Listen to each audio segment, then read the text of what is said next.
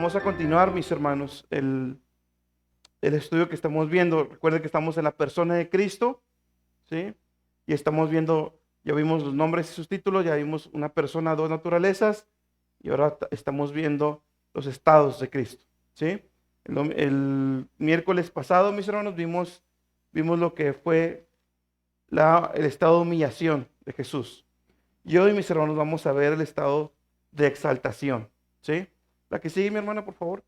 Nomás por recordar, refrescar poquito, porque es bien importante la palabra estado y poder entenderla para poder comprender por qué estado de exaltación o por qué humillación. Acuérdense, eso lo vimos, ¿verdad? Eso lo vimos el miércoles. Estado, ¿sí? Cuando hablamos de los estados de Cristo, nos referimos a su posición respecto a la ley. Eso es bien importante, mis hermanos. El estado de Cristo es su posición respecto a la ley, ¿sí? Su posición respecto a la ley. Y veíamos, mis hermanos, que el estado de humillación se definía así porque el Dios Todopoderoso, además de que se encarnó, también vino a sujetarse a la ley. El dador de la ley vino y se sujetó a la ley. Entonces, por eso lo entendemos como estado de humillación, ¿sí? Su posición respecto a la ley, ¿sí? ¿A qué sigue, por favor, mi hermano? Veíamos estos dos estados, ¿ah? El estado de humillación y el estado de exaltación, ¿sí? ¿A qué sigue? Hoy vamos a ver lo que es el estado de exaltación de Jesús, ¿sí? El estado de exaltación de Cristo en el estado de exaltación de Cristo dejó de estar sujeto a la ley como una obligación del pacto, ¿sí? Ojo a eso que estoy diciendo, ¿eh? Cristo dejó de estar sujeto a la ley. Igual si no alcanza a apuntar, otra vez, ¿verdad? Está grabado, grandote. Cristo dejó de estar sujeto a la ley. En el estado de exaltación, Cristo dejó de estar sujeto a la ley como una obligación del pacto, ¿sí? Y esa última parte que estoy poniendo ahí es importante, porque no es que Dios de repente pudiera quebrar la ley, no, sino que ya no está obligada a hacerla como cuando estaba en su ministerio terrenal, ¿sí? Sin embargo, eso no quita que Dios siempre puro, perfecto, santo, ¿sí? Entonces, Cristo dejó de estar sujeto a la ley como una obligación del pacto, habiendo pagado el castigo por el pecado y habiendo ganado la justicia y la vida eterna para el pecador, ¿sí? Como mediador ingresó al pleno favor y la complacencia de Dios y fue coronado con la correspondiente gloria y honor. Entonces, y este estado ya involucra Jesús ganando, pagando, mejor dicho, la deuda que teníamos ante Dios. Dios lo declara como justo y por lo tanto vienen consecuencias de esa justicia que fue pagada por Cristo en la cruz, ¿sí? Filipenses 2, capítulo 5, vamos a leer, capítulo 2, vamos a leer desde el versículo 5 hasta el versículo 11, para que vea que esto del estado de exaltación no es algo inventado por los teólogos. Ese mismo versículo lo usamos para hablar de la humillación y este mismo versículo lo vamos a usar para hablar de la exaltación. Dice, haya pues en vosotros esta actitud que hubo también en Cristo Jesús, el cual, aunque existía en forma de Dios, no consideró el ser igual a Dios como algo a que aferrarse, sino que se despojó a sí mismo, tomando forma de siervo, haciéndose semejante a los hombres. Y hallándose en forma de siervo, se humilló a sí mismo, haciéndose obediente hasta la muerte y muerte de cruz. Ahí está la humillación, viene la exaltación. Por lo cual Dios también le exaltó hasta lo sumo y le confirió el nombre que es sobre todo nombre, para que en el nombre de Jesús se doble toda rodilla que está en el cielo y en la tierra y debajo de la tierra. Fíjese cómo divide esas tres cosas. Y es importante para el primer estado que vamos a ver. Para que se doble toda rodilla en el cielo y en la tierra y debajo de la tierra. ¿A qué se está refiriendo debajo de la tierra? Satanás y los demonios, ¿sí? Y toda lengua confiese que Jesucristo es el Señor para gloria de Dios Padre, ¿sí? Entonces ahí vemos en esa serie de versículos, vemos cómo Pablo está enseñando de esa humillación, pero también de esa exaltación de nuestro Señor Jesús. Ahora podemos hablar de la exaltación de Jesús en 5 puntos específicos. 5 puntos específicos. O sea, entendemos todos estos 5 puntos que voy a hablar, entendemos como el estado de exaltación. Todo eso es el estado de exaltación. Pero para poder comprenderlo y digerirlo, lo podemos dividir, vamos a decir que en 5 gajitos, ¿sí? El primero, el descenso de Cristo al infierno.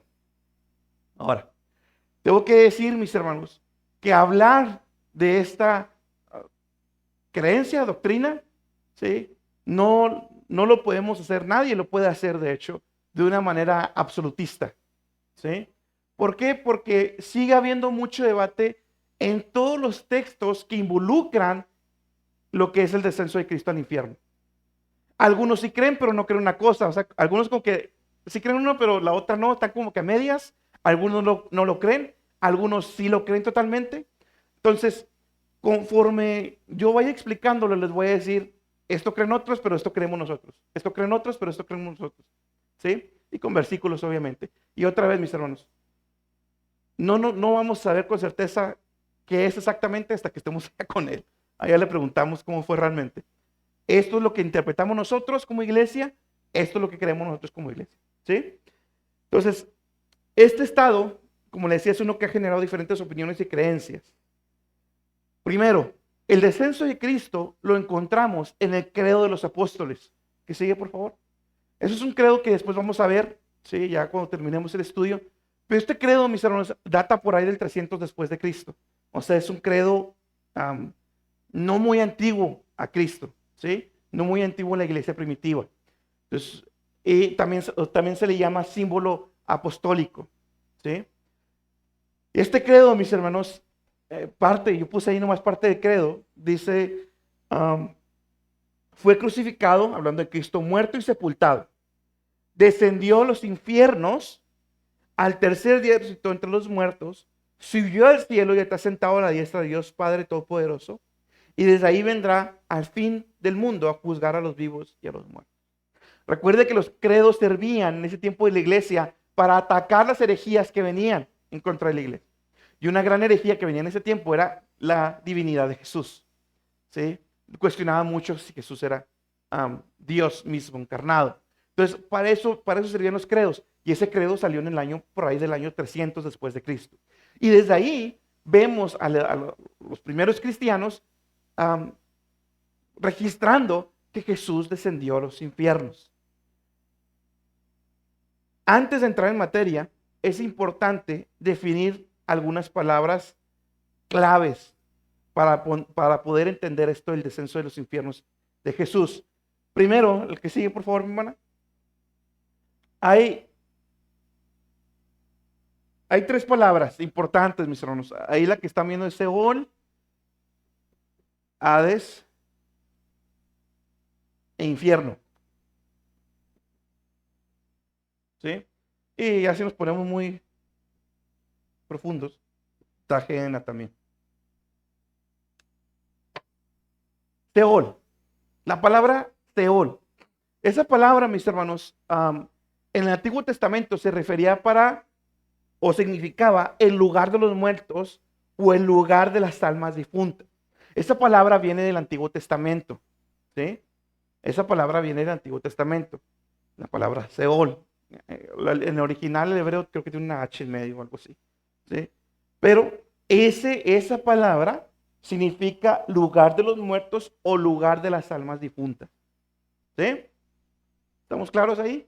Digo porque en su Biblia va a encontrar esa palabra, para que sepa qué significa. Ahora, también como vimos en el estudio pasado, depende del contexto, si significa tumba literalmente, o Seol como lugar de los muertos. ¿Sí? Pero ahorita para efectos del estudio vamos a tomar Seol como el lugar de los muertos o lugar de las almas difuntas. ¿Sí? Esa es una palabra. Esa palabra viene del hebreo. Es hebrea. ¿Sí? Después, ¿qué pasa? Se traduce la Biblia. La primera traducción de la Biblia, ¿cuál fue? Su hermano, yo le di introducción bíblica y nomás para. La Septuaginta, mis hermanos. ¿Sí? La Septuaginta. ¿Y a qué idioma se traduce? Hermana Viridiana, no me deje mal, ¿eh? ¿A qué idioma se traduce la Septuaginta? ¿Del hebreo al? ¿Eh? Ya me dejó mal, hermano. Hermano Isaac. ¿Eh? Al griego. Se traduce al griego. ¿Ah? Se traduce del hebreo al griego. Pues sí, de los originales al griego. ¿Sí? Y la palabra en el griego para referirse a Seol es Hades. ¿sí? Con esa palabra lo traducen en la Septuaginta. Esa palabra es la que aparece en la Septuaginta, Hades, para referirse a ese mismo lugar. Están hablando del mismo lugar, ¿eh?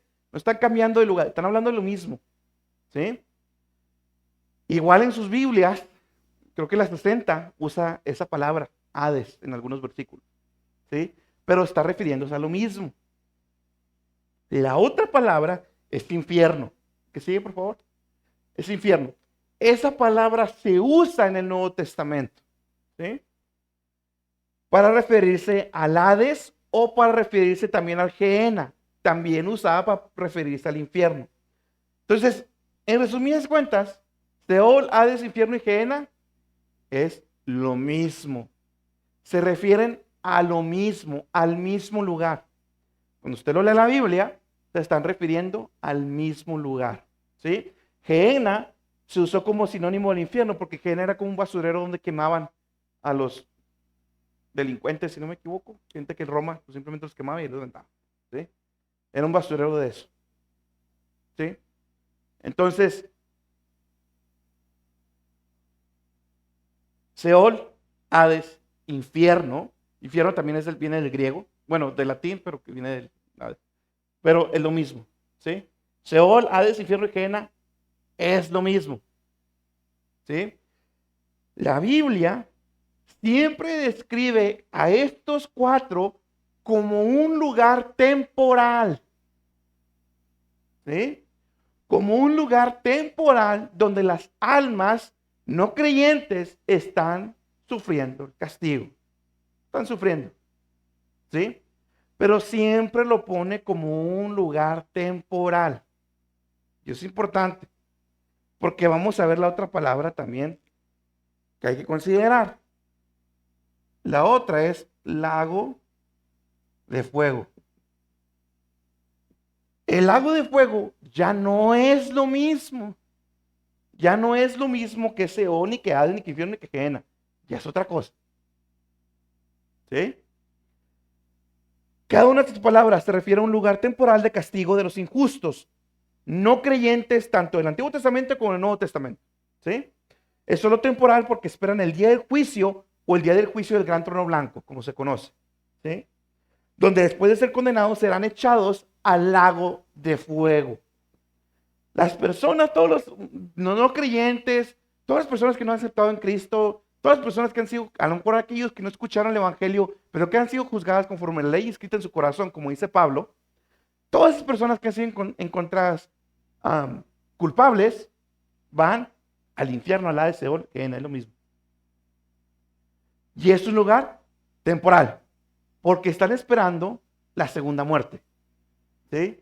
Están esperando ser traídos delante de Dios en el juicio del gran trono blanco y ahora sí dictarles sentencia oficialmente, por decirlo de alguna manera. Ahora eso es su sentencia oficial y son echados al lago de fuego, junto con los demonios, Satanás, y dice que literalmente el infierno es echado al lago de fuego. Y vamos a ver un versículo. Vamos a leer Apocalipsis capítulo 20, versículos 11 al 15. Vamos a leerlos ahí.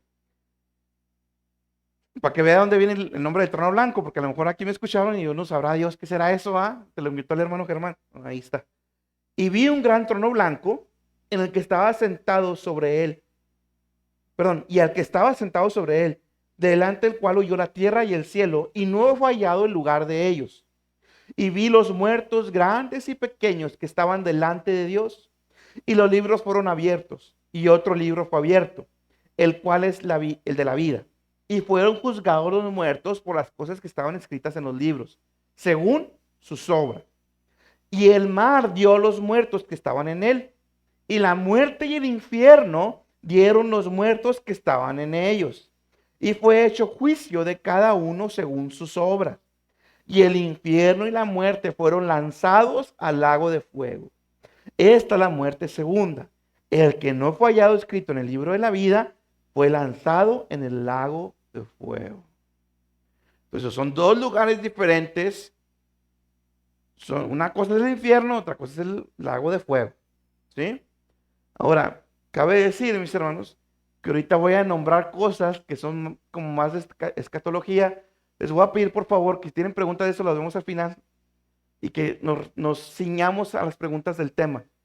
Porque a lo mejor habrá unos de ustedes que no van a saber cosas o qué creemos nosotros. Las podemos ver al final, mis hermanos, para poder eficienciar el tiempo.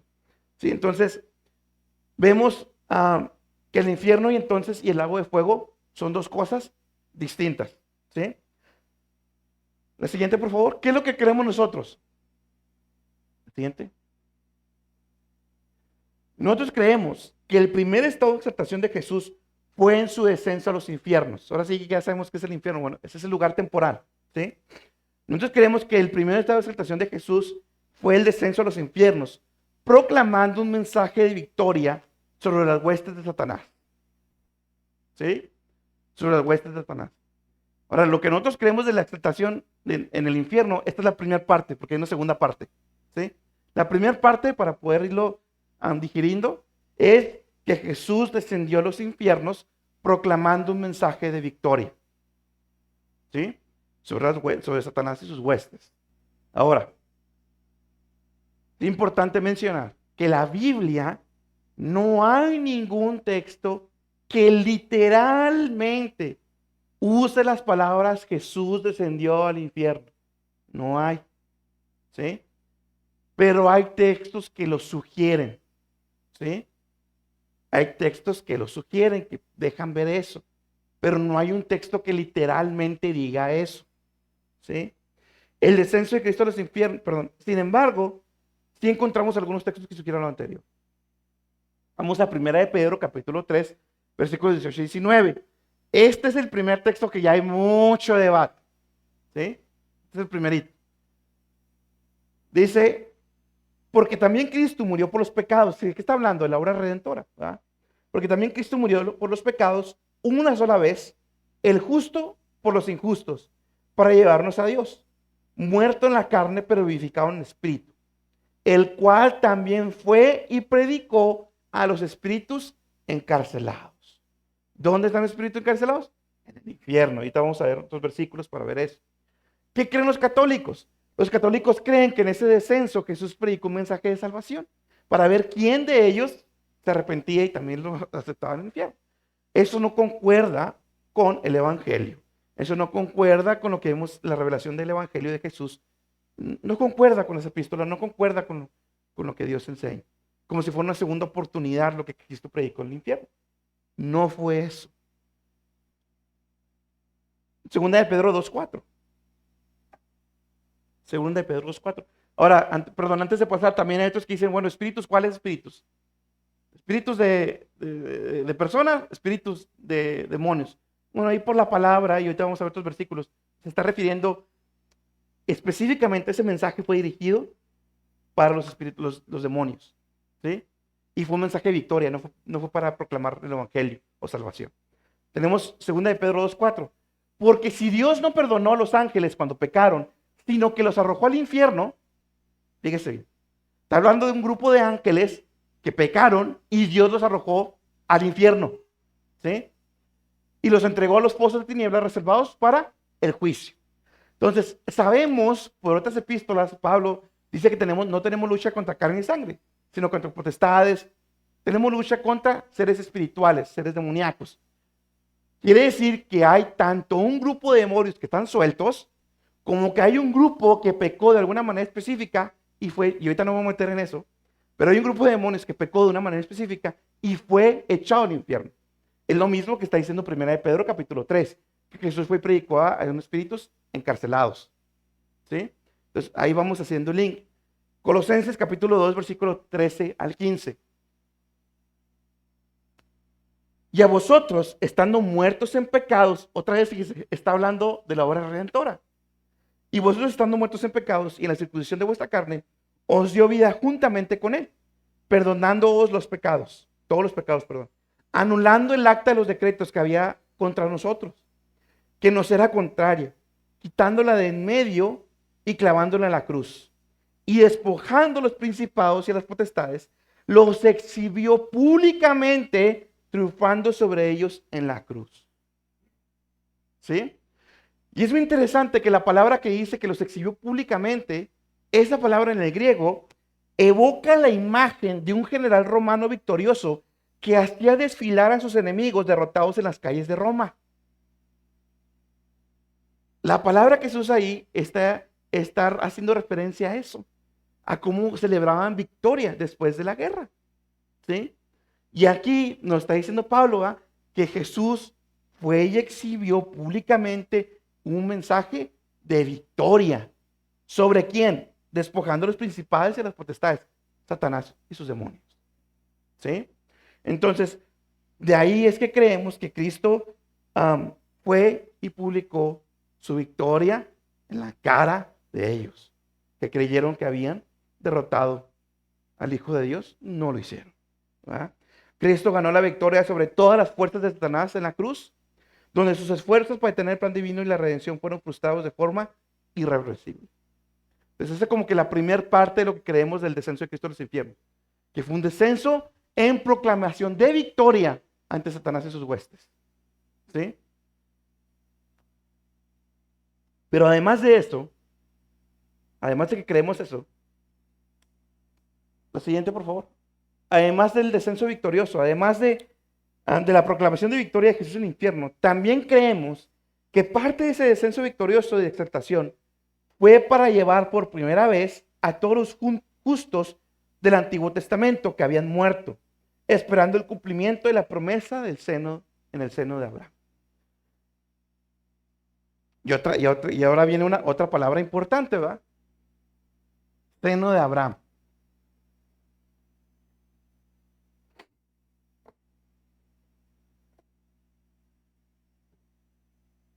¿No anda por ahí el color negro de marcador, mis hermanos? Porque estos están como color pastel. Seno de Abraham.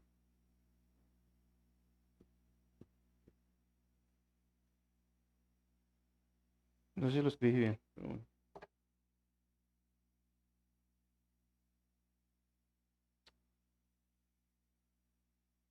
El seno de Abraham, mis hermanos. La que sigue, por favor. Gracias. Nosotros lo entendemos. Fíjese que es singularidad con el infierno. Y ahorita le voy a decir por qué. Nosotros lo entendemos como un lugar temporal de reposo donde estaban todos los santos del Antiguo Testamento, esperando el sacrificio de Cristo para que pudieran ser hechos perfectos y así entrar al cielo por medio del sacrificio único y suficiente de Cristo. ¿Sí? Ellos no fueron condenados al infierno, sí fueron salvos a crédito, pero porque no estuvieron en el infierno y porque iba a llegar un momento donde iban a entrar al cielo. ¿Sí? Pero todavía no eran perfectos, como ahora la sangre de Cristo sí nos hace perfectos, ¿sí? Y por lo tanto estaban en ese lugar de reposo, de tranquilidad, como lo quiera ver, pero era un lugar donde estaban todos los santos del Antiguo Testamento, que le habían creído por fe a Dios, ¿sí? Eso es como lo entendemos. Recordemos que el sacrificio de toros y machos cabríos no era suficiente, ¿sí? Y ahora no me voy a meter más en eso, pero ahí dejé unas citas, ¿verdad? Hebreos 10 del 1 al 4, Hebreos 11, 39 y 40 y Hebreos 12, 22 al 23. ¿Sí? Sí. Sí. La Biblia menciona el seno de Abraham una sola vez, únicamente. ¿Sí? Y es precisamente como decía mi hermano, con la historia, porque ahí entramos otro debate, ¿va? Si esa historia, ese relato es parábola o es relato literal, ¿verdad? Nosotros creemos por el uso de nombres propios que es una historia real, que no es una parábola, ¿sí? Por el uso de nombres propios. Pero ahí otra vez se entra un debate y todo. Entonces, eso es lo que nosotros creemos como iglesia. Ahora vamos a ese texto. Lucas capítulo 16, desde el 22 al 26. Vaya acompañando, hermano. Yo sé que a lo mejor lo mareo con muchos textos, pero son importantes, ¿verdad? Acompáñeme ahí con su vista en su Biblia. Y aconteció que murió el mendigo. Está hablando de un hombre rico que era Lázaro y un mendigo que estaba no, un hombre rico. No, su nombre no es Lázaro. Un hombre rico y un hombre mendigo que se llamaba Lázaro. De ese sí hizo su nombre. ¿Sí? Y él simplemente comía de las migajas, de lo que sobraba. Estaba a la puerta del hombre rico y el hombre rico le valía. ¿Sí? Y aconteció que murió el mendigo y fue llevado por los ángeles al seno de Abraham.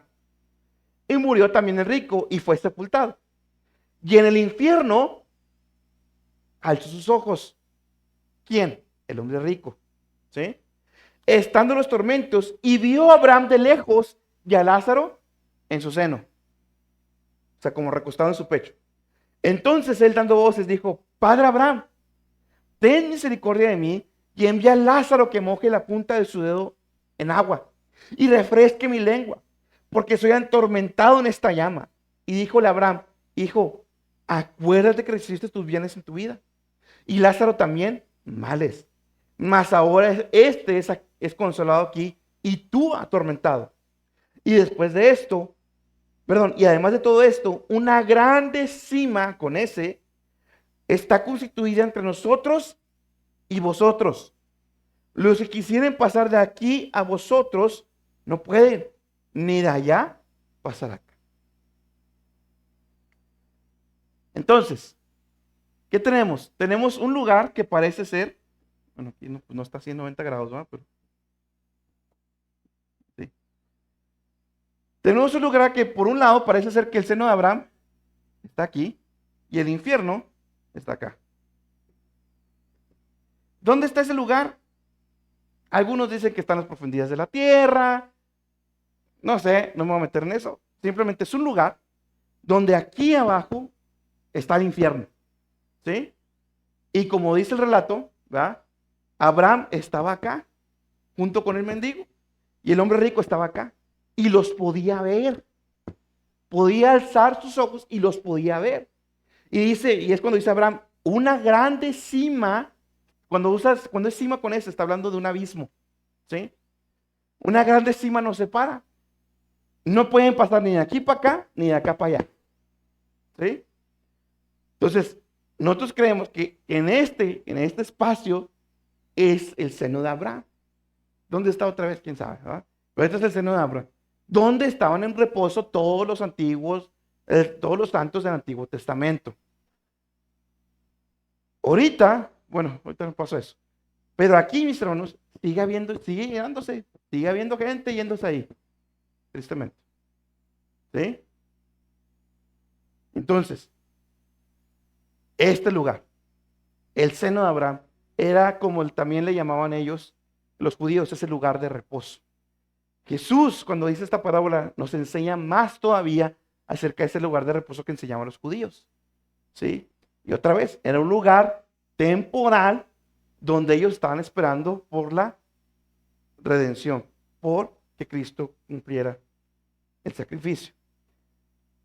Creemos que Él tomó a los justos del Antiguo Testamento del seno de Abraham debido a Efesios capítulo 4, que habla de que Jesús llevó cautiva la cautividad.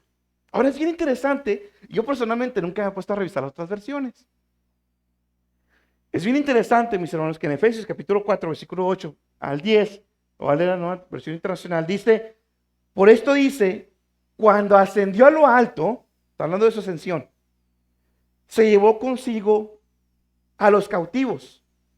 Está hablando de un grupo, ¿sí? Y dio dones a los hombres. Ya habla de los dones que tenemos por Espíritu Santo.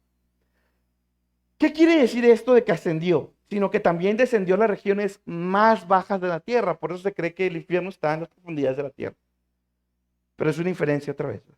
El que descendió es el mismo que ascendió por encima de todos los cielos para llenarlo todo. Ahora es bien interesante esto. La que sigue, por favor. Fíjense cómo uno traduce la Biblia de las Américas y cómo uno traduce la Nueva Traducción Viviente. La Biblia de las Américas dice, llevó cautiva una hueste de cautivos. Otra vez está hablando de un grupo que Jesús tomó y se llevó. La Nueva Traducción Viviente dice, se llevó una multitud de cautivos. Esas tres versiones están hablando de lo mismo, que Jesús tomó un grupo que estaban de alguna manera esperándolo y se los llevó. ¿Sí? ¿Qué creen? Creo que los bautistas, los reformados también creen lo mismo. Para empezar, hay debate si es parábola o no.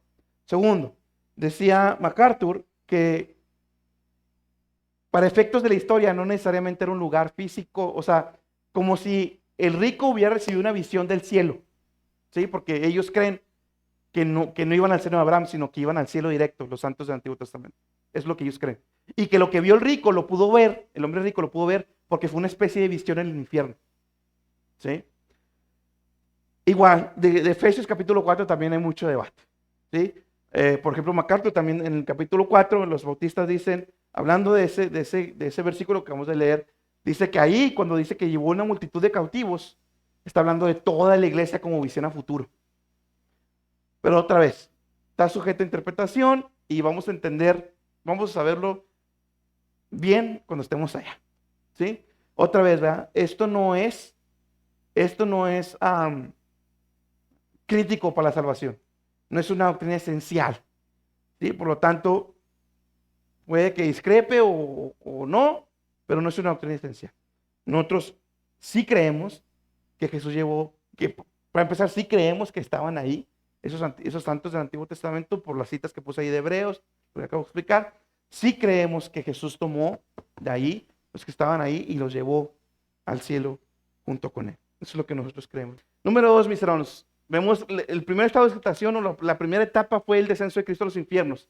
Y el descenso de Cristo a los infiernos, eso lo cree la gran mayoría. Ya los detalles es donde ya empezamos a separar o creer diferentes cosas.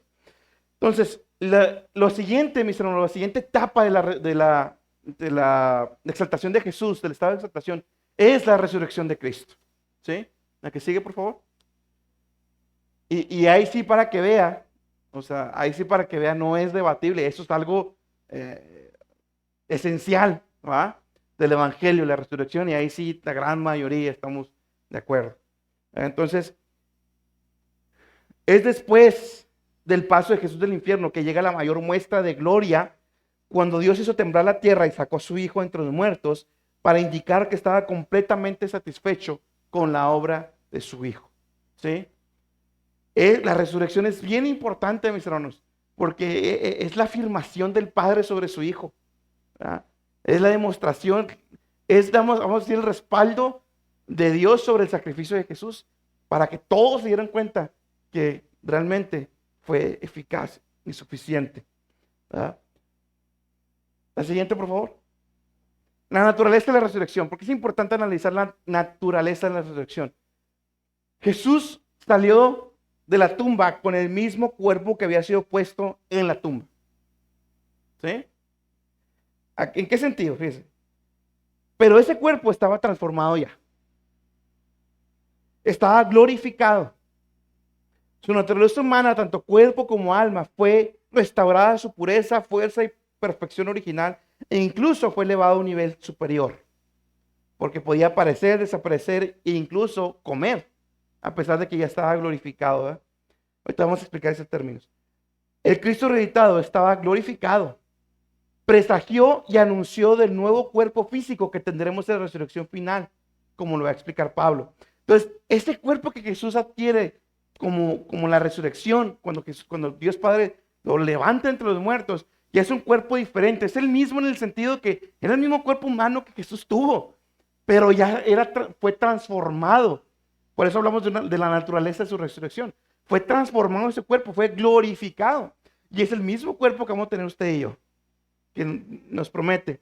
1 Corintios 15:20. Mas ahora, Cristo ha resucitado de los muertos. Primicia de los que durmieron es hecho. Es la primicia, Él fue el primero. Y es promesa para todos nosotros. ¿Sí? Que cuando muramos, si es que morimos, y cuando Cristo venga, en el arrebatamiento nuestro cuerpo va a ser transformado. ¿Sí? Y ahorita vamos a ver un poquito de eso. 1 Corintios 15, 51 y 53. He aquí os digo un misterio. No todos dormiremos. Esto es lo que estamos hablando del arrebatamiento. No todos dormiremos, pero todos seremos transformados. En un momento, en un abrir y cerrar de ojos, al final trompeta, porque se tocará la trompeta y los muertos serán resucitados, incorruptibles, y nosotros seremos transformados, porque es necesario que esto incorruptible se vista de incorrupción y esto moral se vista de inmortalidad. Entonces, tanto los muertos en el momento de ser resucitados van a recibir de lo corruptible que están, van a ser cuerpos incorruptibles, y nosotros los que recibamos a Cristo en ese arrebatamiento, nuestros cuerpos van a ser transformados. Ahora, me quiero adelantar para que no se me vaya a confundir nadie. No es lo mismo, y la gran mayoría no cree así, ¿eh? No, es que la cosa es los tiempos. No es lo mismo el arrebatamiento que la segunda venida. Nosotros no creemos que es lo mismo, ¿sí? Y la gran mayoría sí lo cree, el punto es dónde ocurren. Pero bueno, eso es otro tema. El arrebatamiento es, Cristo viene por su iglesia. Los que se van es su iglesia, los que lo ven es su iglesia. Su iglesia nomás, Dios nos va a desaparecer de la tierra, de la faz de la tierra, los que estemos vivos para ver lo que vamos a hacer nosotros, ¿sí? Nos va a desaparecer. Vamos a ir y nos van a ser transformados en el cielo, ¿sí? Y así lo vamos a recibir. La segunda venida, y estoy hablando en grandes rasgos, no se va a poner aquí un teólogo de repente. La segunda venida es el regreso visual de Cristo. ¿De qué me refiero visual? Que todos lo van a ver. Todos. Y va a ser el inicio del reino de Jesús físico sobre la tierra. Este sí va a ser físico. Y todo el mundo lo van a ver. Y dice Apocalipsis que nosotros vamos a venir junto con él. También. ¿Sí? Entonces, son dos cosas diferentes. Ahorita ese cuerpo transformado ocurre en el arrebatamiento, cuando Cristo viene por su iglesia. Otra vez, si tienen preguntas, ahí después, y si tantas ansias tienen, métete al instituto. Métase al instituto, mis hermanos, para que ahí lo pueda ver. Sí, porque, hermano, ¿qué más seguido? Yo entiendo, pero también está el instituto, hermanos. ¿Sí? Muy bien. Significado de la resurrección de Cristo. Podemos entender dos significados importantes de que Cristo haya resucitado.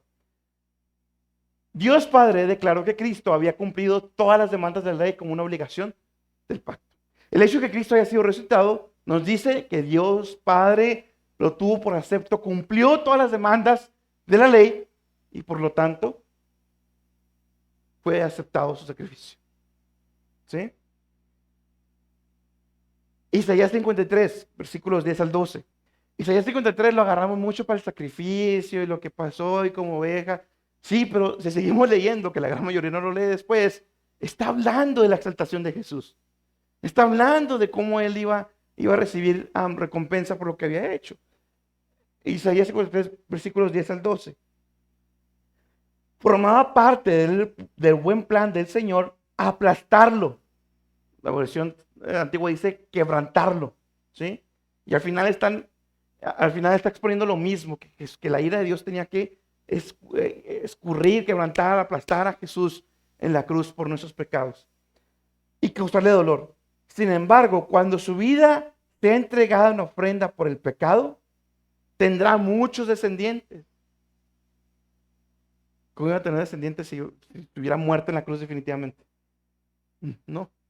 ¿Esos descendientes quiénes son? La iglesia. ¿Sí? Disfrutará de una larga vida. Oye, pero espérate, en los versículos anteriores estás diciendo que se murió, que entregó su vida. ¿Cómo que disfrutará de una larga vida? De resurrección. ¿Sí? Y en sus manos el buen plan del Señor prosperará. Cuando vea todo lo que se logró mediante su angustia, quedará satisfecho. Y a causa de lo que sufrió, mi siervo justo hará posible que muchos sean contados entre los justos, porque él cargará con todos los pecados de ellos. Yo le rendiré los honores de un soldado victorioso. Fíjese bien cómo se está agarrando esa misma imagen en Colosenses, ¿sí? Porque se expuso a la muerte. Fue contado entre los rebeldes, cargó con los pecados de muchos e intercedió por los transgresores. El Evangelio según Isaías. Ahí está. Ahí está todo lo que pasa en el estado de exaltación de Jesús. ¿Sí? Entonces, ya estaba predicho por Dios desde antes que ocurriera que Jesús iba a satisfacer las demandas de la ley y que iba a tener herencia por lo que hizo. ¿Sí? Segundo significado de la resurrección. Es la causa de que los creyentes experimentaran en su justificación, nacimiento espiritual y futura resurrección. O sea, la resurrección es la causa por la cual ahora nosotros somos justificados y nos espera una futura resurrección.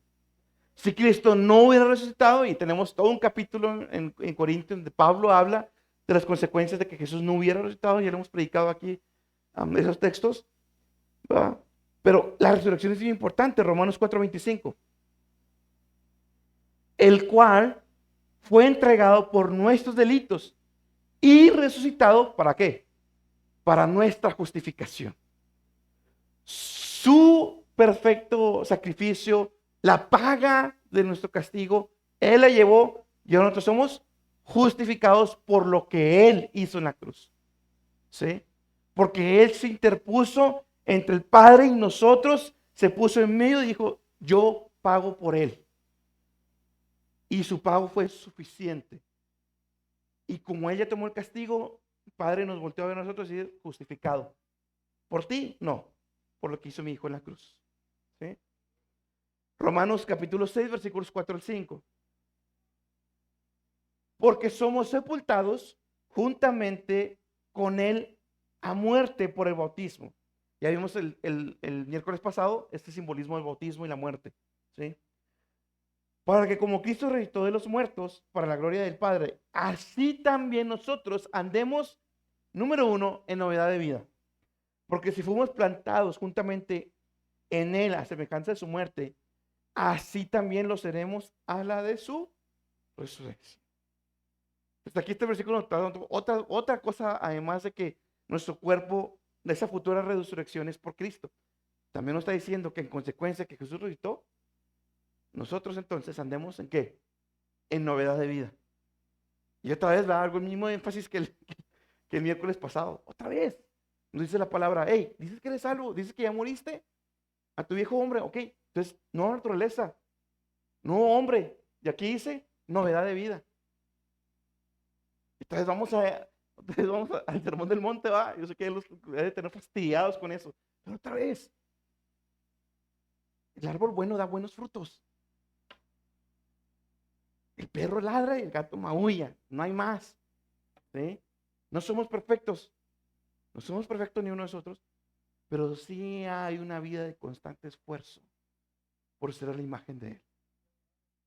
Y esfuerzo genuino, ¿eh? Ya vimos, Señor, Señor. No, esfuerzo genuino. No cuando yo quiero o lo que me gusta. Es un esfuerzo genuino. Entonces, mis hermanos, hasta ahí la vamos a dejar. Todavía faltan otros 2, 3. Faltan otros 3. ¿Sí? Entonces, vimos dos cosas. Y estamos viendo el estado de exaltación de Jesús. Vimos el descenso de Cristo a los infiernos. Como toma a los que estaban ahí en el seno de Abraham. Proclama su mensaje de victoria. Y también vemos la resurrección de Cristo como otra etapa de la exaltación. Como Dios lo pone, le da, lo resucita diciendo, este es mi hijo amado en cual tengo contentamiento y su sacrificio fue suficiente.